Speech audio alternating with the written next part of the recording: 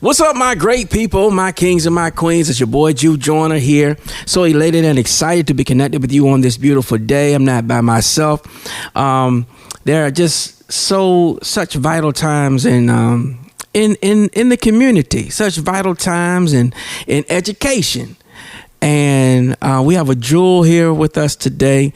He is the superintendent of Suffolk Public Schools. He's been here before and he's back again. And we want him to come every year.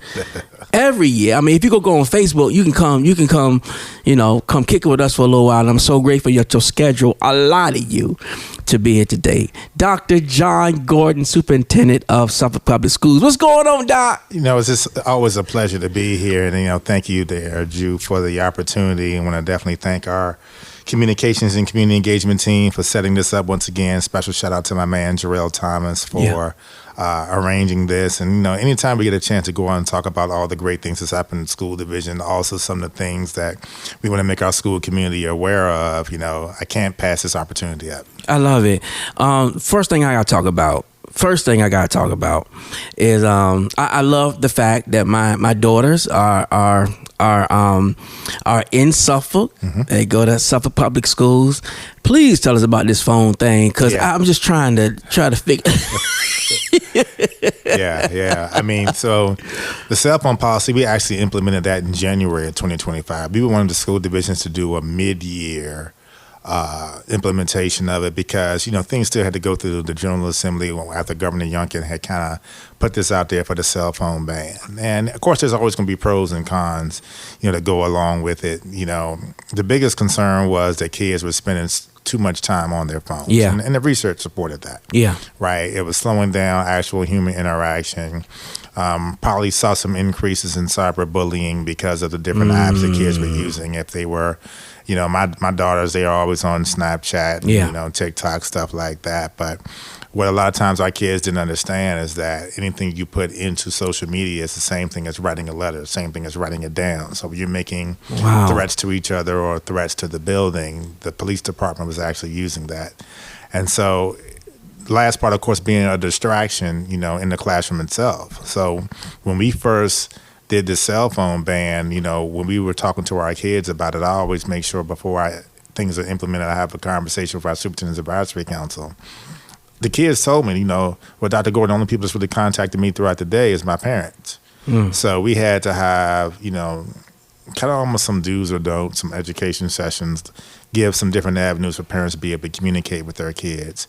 And so we have seen a decrease in cell phone violations. And for a little while when we first started it, we wanted to kind of ease into it, have some warnings, but some kids didn't want to give up their phones, so then it became a challenge between cell phone violations versus being insubordinate in class. Mm-hmm. And so we saw a little bit of spike in that for a little while, but this year so far it's been good, and that's one of the good things about implementing things for a half a semester. People kind of get trained and they're now used to it. Parents now understand some of the different avenues. Like at the high school level, you can always just email your kid. Yes. Now, to talk about the email, so the parents can email their kid at the high school level only. Level only, because we have the age requirement restriction for outgoing email for elementary and middle school kids. And so that's something that's part of, I had to ask my technology director, John Littlefield, but I know there's a specific age requirement on how communication works. And a lot of that's to protect the kids' safety, online predators, communication, things of that nature. So at the high school level, if you have a high school student, just email your kid. I didn't know that. Yeah, I'm glad you shared that. They're on their Chromebook all the time anyway. So that's what our parents have been doing, and that works pretty well. I could even think about when I was a high school principal, I had actually implemented this in 2010-11 school year. Mm-hmm. But, mine was a little different because I was trying to get the kids to stop talking trash to each other, throughout the day, and then all of a sudden you have an altercation, right? Yeah.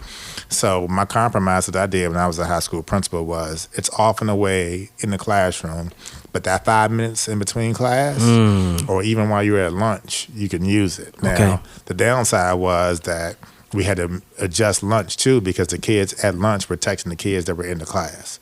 So, you didn't really want to get into policing it too much. But, right now I think the cell phone ban is more than likely here to stay unless the next governor of Virginia does something differently. Okay. What I like about you is your innovation for the district in which you serve. You have some remarkable things that you're doing for seniors who are graduating. What is it that God has given you in this season that's going to be Suffolk a premier to stand out? Yeah. I think, the first thing is we opened up the only elementary lab school at Booker T. Washington. The STEM Academy is our partnership that we have with Old Dominion University. When the lab school implementation began, all the other school divisions that were doing it were just doing it at the high school level. And I get it. You want to have workforce readiness. You want to have some career technical education development skills. And you want to get kids prepared for the jobs that are going unfulfilled. Well, you know me well enough now to know that I always kind of look at things differently. Like, not only is it about giving us the opportunity to be the first and only elementary lab school, but because we already had successful programs of Project Lead the Way, Biomedical at Lakeland, and Project Lead the Way Engineering at Nansemond River, we were already one of the leaders when it comes to STEM education. So why don't we do something different at elementary level where we're actually introducing kids to these STEM concepts at an early age? So we have around 118 kids or so in the program, approximately 20 per grade level, one class each at Booker T. Washington, which was my smallest elementary school, so I knew I had the space to be able to implement it there. But we also have such great equipment. I mean, these kids are using 3D printers. They have interactive floorboards. They are just being exposed and having an early skill set that a lot of times kids just don't have. So now, because I have an elementary STEM academy and we already had great specialty centers, Kings Fork has the International Baccalaureate program. Lakeland has biomedical, as I mentioned, but they also have the Center for Performing and Production Arts that we started 4 years ago. And that kind of came from a brainchild, from a partnership that we had with Pharrell Williams. And what makes this specialty center so unique is there's a larger emphasis on the production side than it is the performing side. And so we were really trying to show the kids that you actually make more money behind the camera. Yeah, I'm about to say You know what I mean? That's right. And your career is longer too. Yes. So that's something that has really helped us to have some great pathways for our kids. And that's just at Kings Ford? That's at Lakeland. At Lakeland. That's at Lakeland. Okay, that's right? at Lakeland. Okay. So Lakeland's the only one that has two specialty centers with biomedical and the CPPA, that's Center for Performing and Production Arts, because Lakeland's my smallest high school. Got it. Okay. So I had space and room to do that. And that also, hopefully was going to silence some of the conversations that people were having about, doing a rezoning of schools, which, it's just not a good idea for us to do right now. So in February of 2026, if people want to stay tuned to that last Thursday of that month, I'm going to introduce our next innovative program for some of the things we want to do at the middle school level. At the middle school level. Nice. We're talking to Dr. John Gordon, Superintendent of Suffolk Public Schools. Doc, let me ask you about. I'm gonna lighten up soon, but I want to ask you about. Is there any point where some of these schools are going to be revamped? I'm not going to call out any names, but certain schools seem to be older than others. Oh, you can call the names. Okay. John Yates. John Yates. John Yates Middle School. Yeah. Are there any plans to revitalize certain schools that's in Suffolk Public Schools? To all of our kings and queens out there, Joyner has a vested interest in John Yates Middle School. I'm going to go ahead and be transparent and give that disclaimer. So, we have this capital improvement plan that the school board actually votes on every September, right? And it ends up going to the planning commission in October, and then the city council then votes on it a couple of months later. So right now, we're actually happy that we have several projects that are occurring right now and others that are getting ready to start. We are about 84% done. We have built a brand new John F. Kennedy Middle School. Wow. That opens up in the fall of 2026. Sweet. So move-in will happen over the summer. That school was 20 years in the making of getting that rebuilt. We have a groundbreaking that's probably going to be sometime in November for an expansion of Northern Shores Elementary School. Okay. Northern Shores had 12, 13 mobile units. I mean, many of our schools that have mobile units, they've had them for over 20 years. Yeah. So that really shows how the overcrowding was happening, long before I got here and things of that nature. And now on Thursday, our school board is going to have communication with the city. The city manager, Mr. Kevin Hughes, is coming in to do a presentation on the Riverbend project that also includes a potential move of the central office of Suffolk Public Schools, my team moving from the professional building potentially into the old VDOT building on Main Street. Oh, wow. While all that, it's a lot going on. So while all that is going on, the board also voted. We've already have design money to set aside for this school year to rebuild a new Elephants Fork Elementary School. Great. Awesome. That's one of the ones that's definitely needed. They have about 3 or 4 sites they're looking at, so we're just waiting for us to the city to tell us which site it's going to be at, so we can begin our design work there with an estimated opening of that being in 2028. But the board's number 2 project was an expansion of Nansemond River High School. For those folks that don't know, in the early 1990s, both Nansemond River and Lakeland were completed, but they are actually the exact same building. As a matter of fact, as a part of some Suffolk lore, if you go into Lakeland High School, you will see red lockers. If you go into Nansemond River High School, you will see blue lockers because the construction companies got them mixed up. So that's one of the things that's kind of still there. And, we laugh at when we go in because it does give that patriotic theme, but the lockers are actually in the wrong building.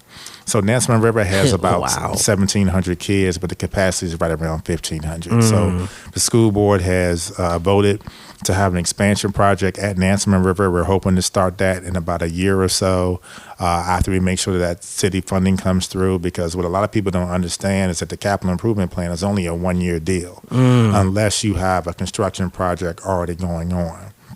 To expand Nansemond River will be approximately $42 million.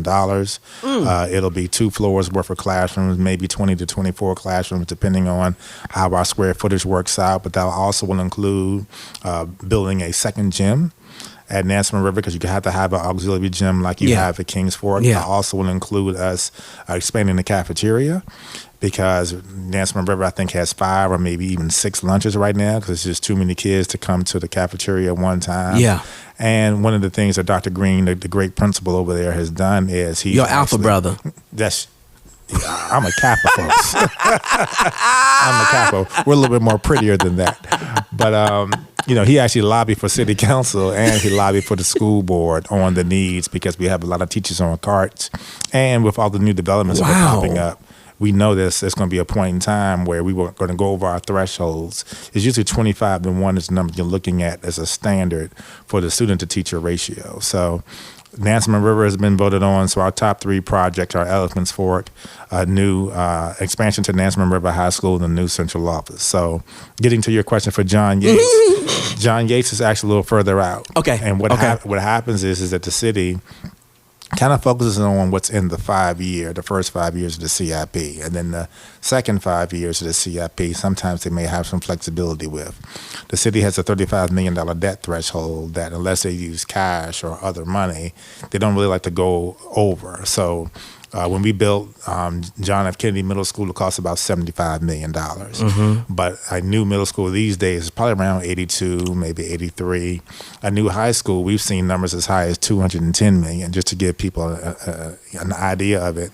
And the last elementary school that was built in the area was right around $53 million. So the cost, mainly because steel drives the market, the cost is something that has really fluctuated. We saw some extremely high numbers post-COVID, but now they're finally starting to level off. Dr. John Gordon is with us, superintendent, president of the Suffolk Public Schools. I mean, that's how I see it, man. I just see it as you the president of Suffolk Public School. You ever thought about that? Well, anyway. I wasn't elected, but I understand what you do.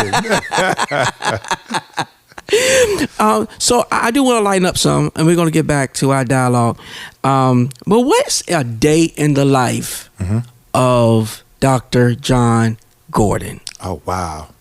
So what time does your day start? Whenever the phone vibrates. Wow. Because, we're on call 24 hours, right? 7 days a week.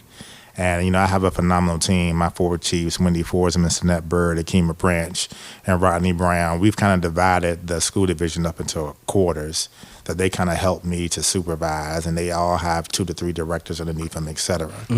But it's always busy. My schedule is my alarm goes off at 6:30 and 6:25 in the morning. I work out for 30 minutes, and I'm in the car, after showering at 7:30. I'm in the office by 8 o'clock. And that all depends on, what's going on school board meeting weeks.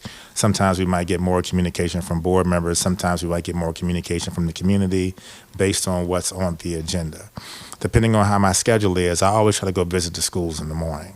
Like one of the things I was sharing with you earlier is I visit all of our schools at least once a month. Like that's always the goal. Like I know I was at Colonel Fred Cherry, for an example, this morning at 7:15 because I was part of their morning announcements, right?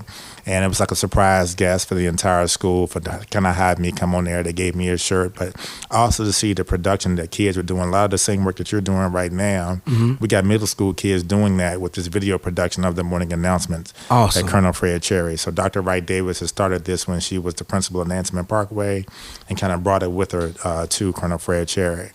And then at 12:30 every day, I'm going to break for lunch. I got to eat. I'm going to break for lunch, but 90% of the time I'm having lunch at my desk. I used to do a lot more lunch meetings earlier on in my tenure, but then I realized I never had any me time. Right. And you got to be able to decompress some.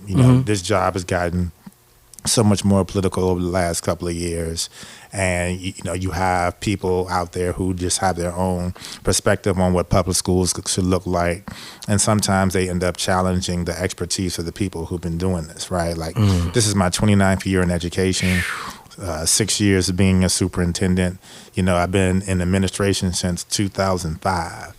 So, here we go, 20 years I've been in administration, taught, for about 9 or 10 when I was coaching basketball. So I really understand the building perspective because I'm a former government teacher, because I lobby at the General Assembly, because I've lobbied on, Capitol Hill. I understand the politics of it all.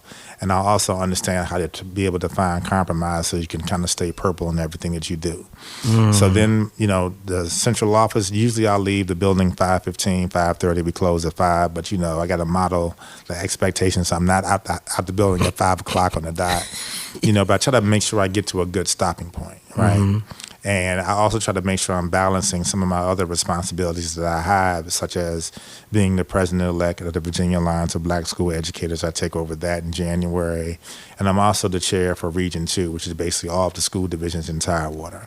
So I'm kind of balancing those 3 hats. Are you teaching? Every day. Are you teaching too? Or I did not teach this year. I have been adjunct at Old Dominion University for the last 2 years.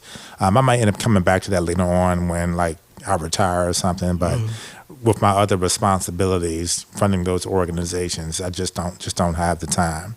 But I do still enjoy, I do some consulting work whenever school divisions call me. I've written position statements for some of our Fortune 500 companies. And of course, I love to go out and motivational speak, right? I love to try to inspire educators. I am the keynote for the Lakeshore Learning event in Occoquan at the end of October.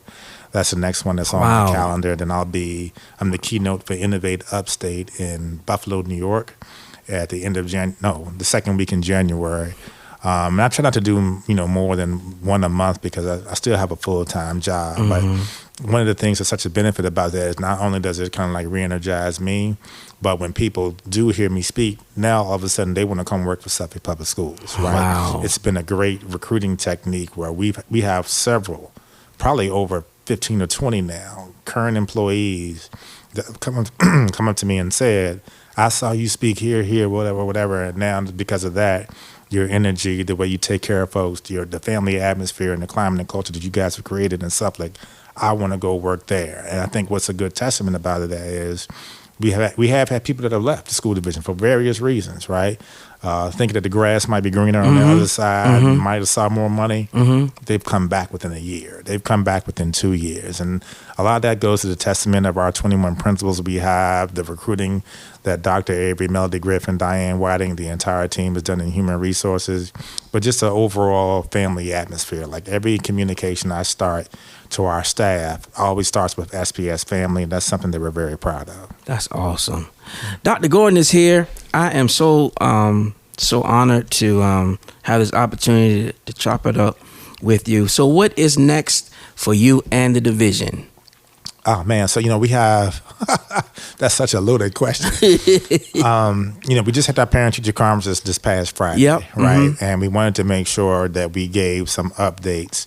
And hopefully by that time, it wasn't the first time that our parents or guardians had communication with the teachers. Yeah. So to us, that's big, to make sure there was going to be some prior communication. So you're just not hearing from the teachers when something is wrong. That's big. We have been dealing with some issues that we're seeing some negative behaviors on our buses. That's something that we have been, concerned about. We're putting some additional bus aides on the bus, and unfortunately people capture things and think that there's just one side of the story, and it never is, right? But it's always going to be our goal to ensure that we can have safety in our schools and on the bus. We had a good meeting with our fire marshals today about some of the reports we got, some new things that they're requesting us to do. So for us, it's just really about trying to get to our next stopping point, right? And our next stopping point is the end of the 9 weeks, right there when election day is. Mm-hmm. So for me, next for me is trying to figure out what the Virginia Department of Education is doing with the new accreditation and accountability system, how that impacts our schools, how many tweaks do we have to do to our school improvement plans, and then me ensuring that Region 2 has a voice at the table, that the Virginia Alliance of Black School Educators has a voice at the table, because my voice matters in the state. And my voice is now mattering a lot on the East Coast. So then, of course, the next stop is to make sure it matters nationwide, so that people look at Suffolk Public Schools as not only a leader because of, we have a promotional video that Ms. Dickens and Jarrell Thomas and Terrence Sherrock and Kenitra Howard and all of them put out, Melvin Bradshaw, that shows all the first that Suffolk Public Schools has done. That's awesome. That now a lot of school divisions are imitating or emulating, or they say that that's the best form of flattery.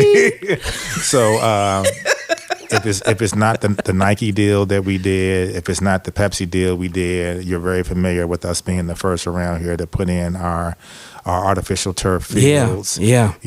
But we also did a lot of upgrades on track and basketball, a lot of upgrades for lighting, a lot of upgrades for safety and security. I mean, I think we're the first around here to have a zero-eye software system that taps into all of our cameras, because the research says that anytime there's an active shooter, whoever the person is brandishes the gun at least 30 seconds beforehand. So we try to be innovative and also very deliberate in what we're trying to do.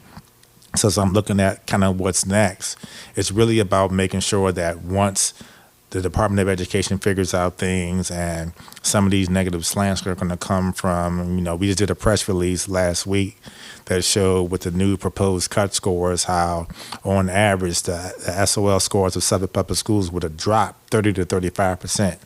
So you got a teacher that's working themselves to death or doing whatever they can to support our kids, and now you're telling them that all of their hard work still would result in 33% more failures on average. That's what we call morale killers. Yeah. And those are some of the things that I've been very vocal about in my communication with the Virginia Department of Education, especially since they didn't give us a large voice in a lot of these things that are occurring. So I think it's my job right now to not only be an advocate for all of the 2,300 and some educators and staff members that we have in Suffolk Public Schools, but to also be an advocate for the field of education itself. And with you giving me the opportunity to have a platform like this, that helps to magnify the voices, just in case people don't tune into my Facebook Lives, or just in case people haven't read the letters that we've written or that Ms. Dickens has put out. There's always going to be some level of concern that are coming from people for whatever reasons, but we also have to make sure that we're very deliberate in controlling our own narrative. And everything that you see on Facebook is not factual. I know, that's right. Everything that you see on Facebook is not factual, and it's unfortunate that in many cases, and Suffolk's not the only one, that school divisions have to be reactive because people believe that that's going to be a credible source. So, we're always going to try to do whatever we can to highlight our kids. When people were giving us some heartache about the amount of money we were investing in artificial turf or investing in the infrastructure of our schools, well, the result is $45 million in scholarships for our last senior class.